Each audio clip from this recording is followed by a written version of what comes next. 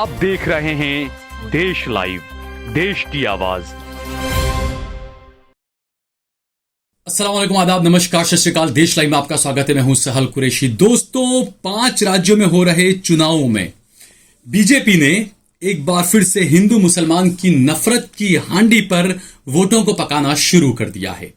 और राजस्थान में बीजेपी के स्टार प्रचारक योगी आदित्यनाथ के बयान और भाषणों से यह साफ हो गया है कि बीजेपी के पास में कुछ काम विकास का नहीं है और विकास सिर्फ नारा है, हिंदू मुस्लिम की नफरत ही उनका सहारा है। ये योगी आदित्यनाथ के भाषणों से साफ हो रहा है। दरअसल राजस्थान के चुनाव प्रचार के लिए योगी आदित्यनाथ, जो कि बीजेपी के स्टार प्रचारक हैं, देश के सबसे बड़े सूबे उत्तर प्रदेश के मुख्यमंत्री हैं, मठाधीश रहे हैं, हमेशा भगवे ड्रेस में रहते हैं। वो योगी आदित्यनाथ प्रचार करने पहुंचे, बीजेपी के कैंडिडेट्स के लिए वोट मांगने पहुंचे राजस्थान, और वहां पर उनकी भाषा बड़ी खतरनाक थी। उनकी जो शैली है, एक मुख्यमंत्री को तो ये बिल्कुल भी शोभा नहीं देती है।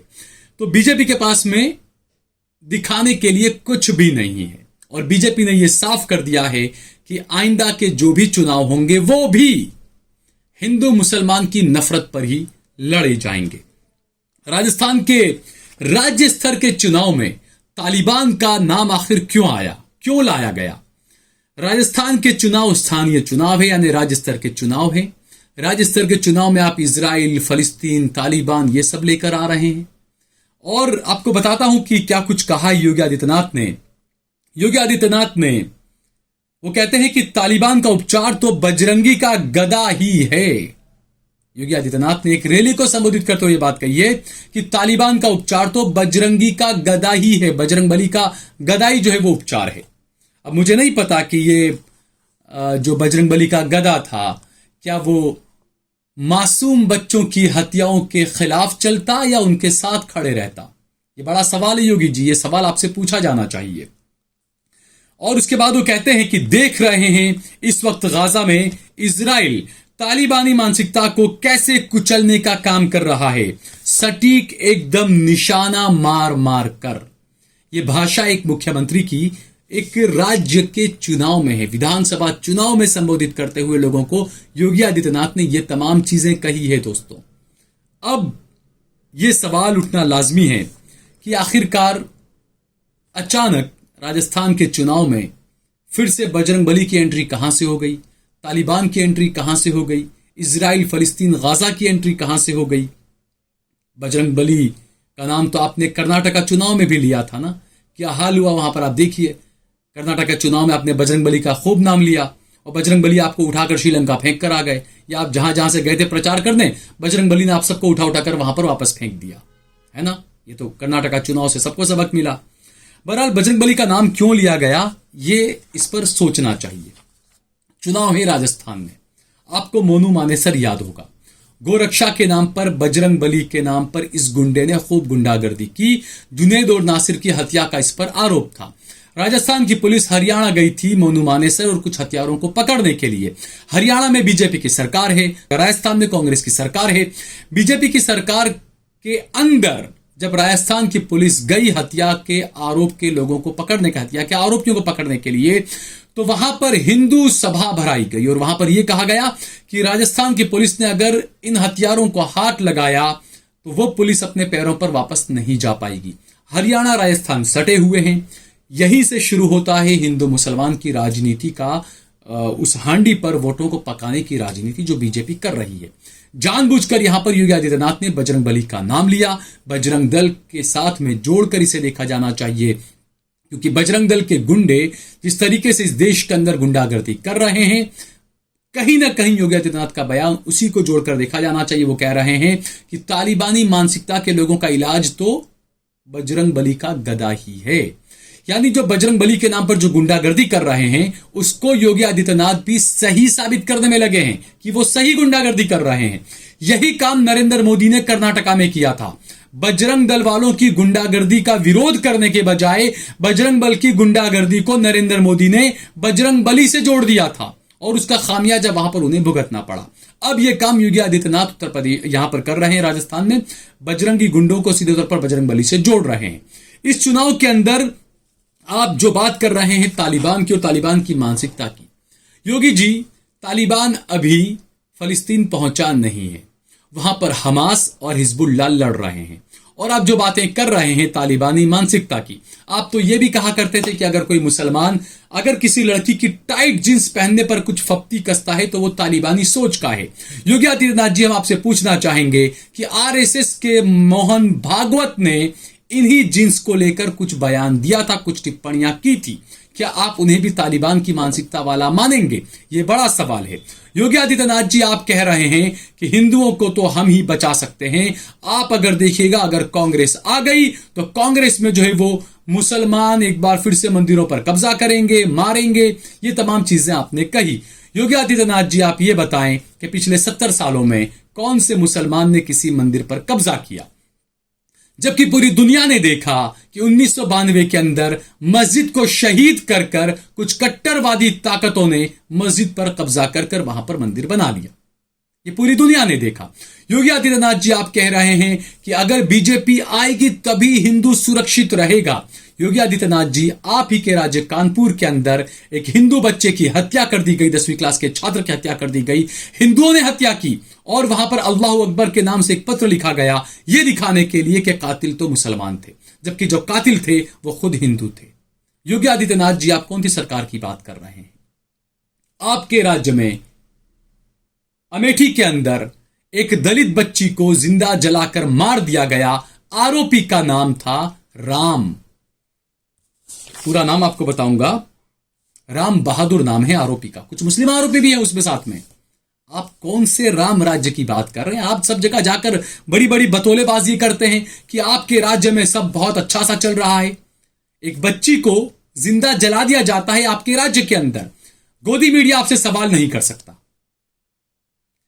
कानपुर के अंदर एक हिंदू व्यापारी के बच्चे को अपहरण किया जाता है, उसकी हत्या कर दी जाती है। ये उत्तर प्रदेश में हो रहा है योगी आदित्यनाथ जी, और आप राजस्थान में जाकर भाषणबाजी कर रहे हैं, बतौलेबाजी कर रहे हैं। आपके पास में काम है तो बताइए ना। है कोई गोदी मीडिया वाला जो ये पूछे कि मोदी सरकार को 10 साल पूरे होने वाले हैं, जो स्मार्ट सिटियों का वादा किया गया था कि 100 स्मार्ट सिटी बनाए जाएंगे, कितने सिटी बनकर तैयार हुए बताइए? है कोई सवाल करने वाला? है कोई सवाल करने वाला जो मोदी से, बीजेपी से, योगी आदित्यनाथ से यह पूछे कि आपने सांसद रहते हुए जिन गांवों को गोद लिया था उन गांवों का क्या हुआ, कितना विकास हुआ उन गांवों का? है कोई सवाल करने वाला? अहमदाबाद के अंदर, अहमदाबाद का जो दिल कहा जाता है साबरमती नदी, साबरमती रिवर फ्रंट, उसी पर आखिर में एक ब्रिज बना हुआ है जिसे नारोल ब्रिज कहते हैं।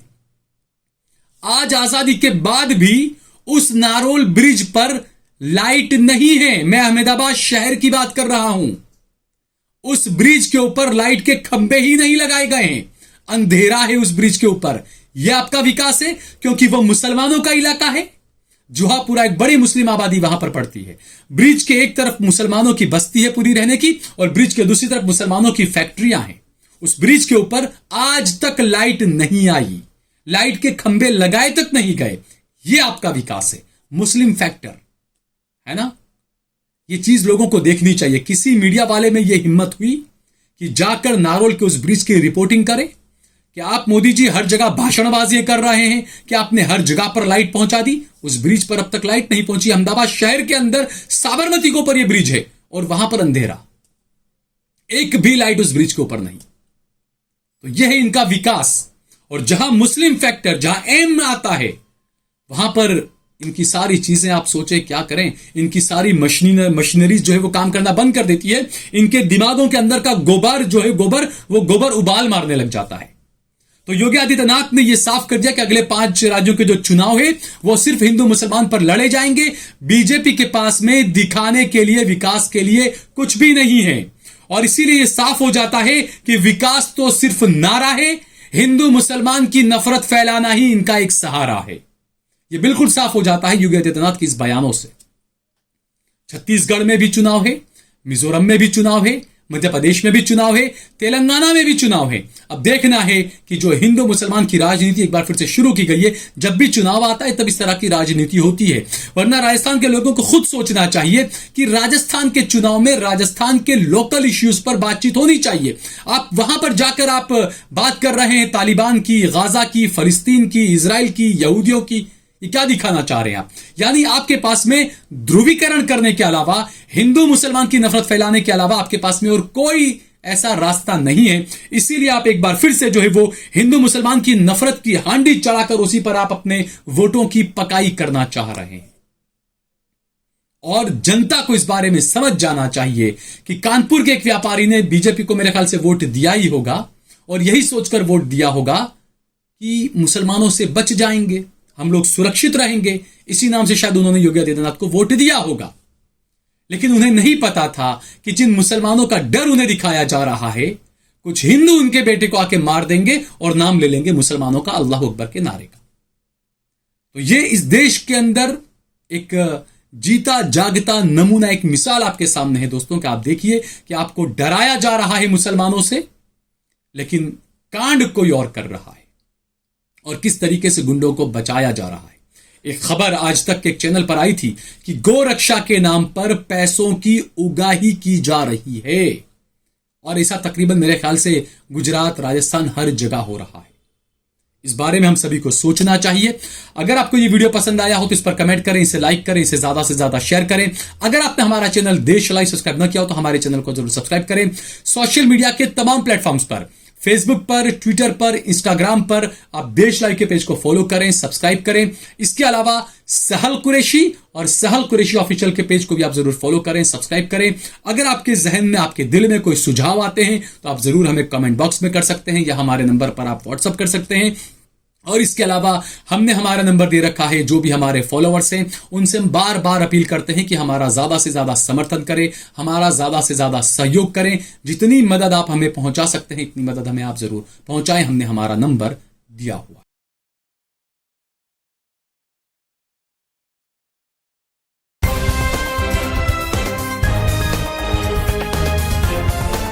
देश और दुनिया की तमाम छोटी और बड़ी खबरों के लिए हमारे चैनल को सब्सक्राइब करना न भूलें और बेल का बटन जरूर दबाएं।